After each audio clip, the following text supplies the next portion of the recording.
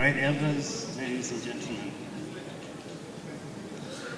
I had to answer a number of questions about why leading northern groups, to which I belong to one, was not here in the numbers that was expected. I'm afraid I didn't have anybody's mandate to offer up an apology or to speak for them. But I suspect that the dominant thought behind the failure of northern groups to be here would have been the idea that this is just going to be another talk show. And quite possibly, because they are elite, it will be elites talking to elites, and no good thing will come out of this. Which is really sad. It's a very sad reflection. But prepare to be shocked. I think they will be correct too. Look at this room. The average age in this room would be, what, 45, 50, 55? The average age, with all due respect to the high table here, would be 60, 70. I don't know if there's anybody participating here who is 35 in this room, unless they are serving things. Yes, Chief, only you. The point I'm making is we've done this over and over and over again.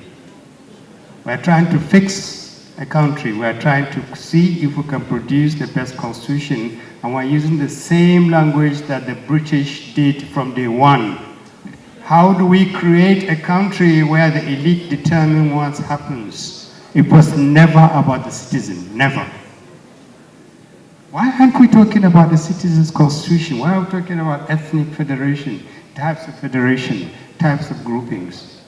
What is the difference between the poor man in the village in Kanu, a town without drinking water, no tarred roads, or in Zamfara, who lives daily with killers and bandits? What difference do the number of local governments they have? What is the difference between how many local governments they have between them and Anambra or Akwa Ibom? We are not concerned with the citizen. If we're going to rebuild Nigeria, it has to be on the basis of a nation of citizens, not a nation that we elite want. This is what we have been getting wrong. We're talking about how we want to see Nigeria. Nobody's talking about the federation of citizens. First, identify the citizen. Go back to the Constitution. Read Chapter 2, the fundamental objectives and directive principles of state policy. Read what is in there. That's the closest we came to defining what Nigeria should be, how Nigeria should govern, what ideals we should shape. Nobody talks about them. You know what they did with that? They created a fantastic Chapter 2 and took out the bullet out of the gun. They made it non-justiciable. And that was the closest to define what is Nigeria, who was it designed for? Why is it not possible for the citizen in Yobe to have the same rights, the same privileges as the citizen in Ondo? Why does it have why must he be defined by his ethnic group first, and not by his being Nigerian? Why can't we build a nation that gives the citizen first rights, inalienable rights that are the same wherever he goes, no matter what language he speaks? We're still talking about ethnicity. We're talking about things that cripple us rather than things that will do things for our citizens. So if we want to really design or redesign a constitution, whoever does it, and I assure you this administration will not do it, the next administration will not do it. If you are looking up to this government or subsequent governments to submit to the will of the elite to redesign a constitution that fits another elite that is not currently enjoying power, you're wasting your time. Nigeria may go down as we're going down. I pray to God it doesn't. Or it might recover and find its course and its mission, but it will not be done by us. The way we are going, if we're not careful, we will write a constitution, but it will be written by sweat, tears, and blood of young people who we kept out and we're keeping out, and we're designing systems and processes that fit us and do not address the needs of the young Nigerian. We want a citizen's constitution. No matter how difficult it is, we can write a citizen's constitution. I was very interested in my senior brother's last presentation. I'm going to be told to stop talking, so let me be quick. He listed heroes of democracy. In those countries, virtually every one of those countries where those people came from, they had to fight a civil war. We don't want to fight a civil war again. We fought one. We missed the point. When elites fight, you get a civil war. When our young people are knocking on the door now saying, please let us in, this country belongs to us, not to us in this room, to them. And we pretend that we will design for them a Nigeria that fits us, not them. They will break that door and they will come into it. And we're at that point. There's anger, there's alienation, and we have kept the energy and the anger of young people outside, and we think we can sit in comfort and design a Nigeria for them. We are wrong. And if we think we can take a document to this government or another government to say to them, design this or redesign this, is wrong. People who benefit from Nigeria of today are sitting there benefiting, and they will not change Nigeria. They will not change the system.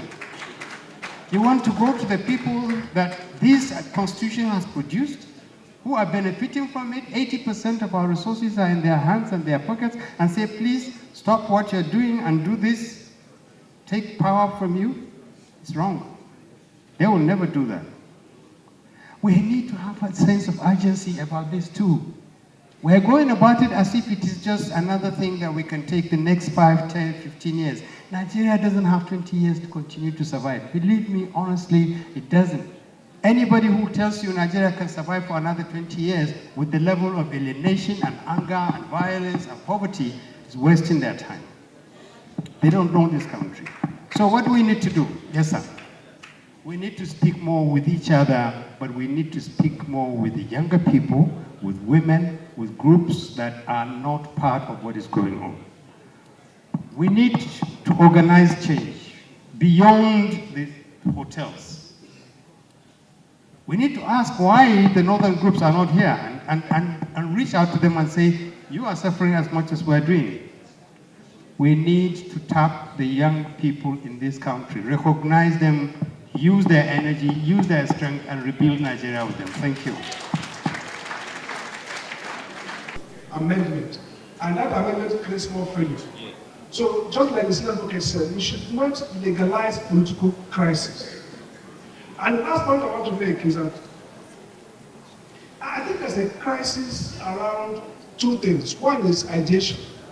What I hear here is about Nigeria saying, what kind of people do you want to be? Baba might make a point, and I think I want to underscore that point.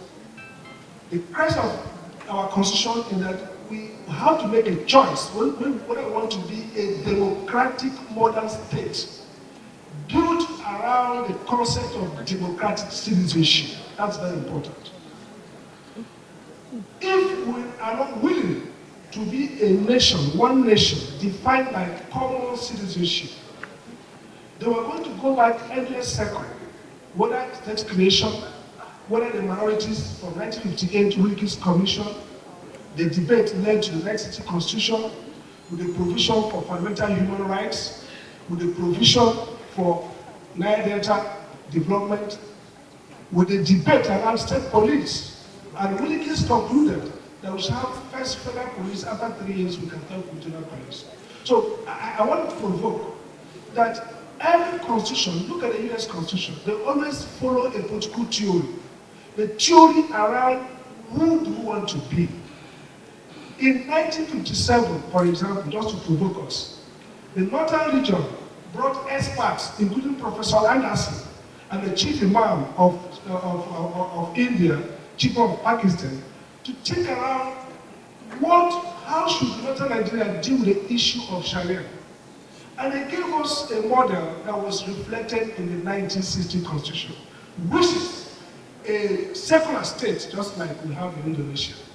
But through our practice over the years, we have destroyed the Nigerian concept of secular constitution. And in 2000, we now had 12 states, up to now, literally, from a secular constitution. So the point I'm making is this. I think we should have a national conference. And the idea of the national conference will be for us again to think around, what do we want to be as a country? This patchwork, this sorcery around constitutional amendment will not work. Because constitutional changes arises from political events. Just last year, Chile did a new constitution to end the Pinochet era. It was a political discussion to create a new constitution. So I want to end on this note. I will end just now, sir. Nigeria's fundamental crisis is primarily that of concept. Do you want to be a modern democratic state founded on democratic citizenship? Chapter 2 comes in. Or do you want to be a multi-ethnic, theocratic, neo-feudal state? Our crisis is a crisis of idea of who we want to be. A modern state built on the concept of citizenship, or a multi-ethnic, neo-religious, theocratic, neo-feudal, multi-ethnic state. Let's think about it. Thank you, Dr. Please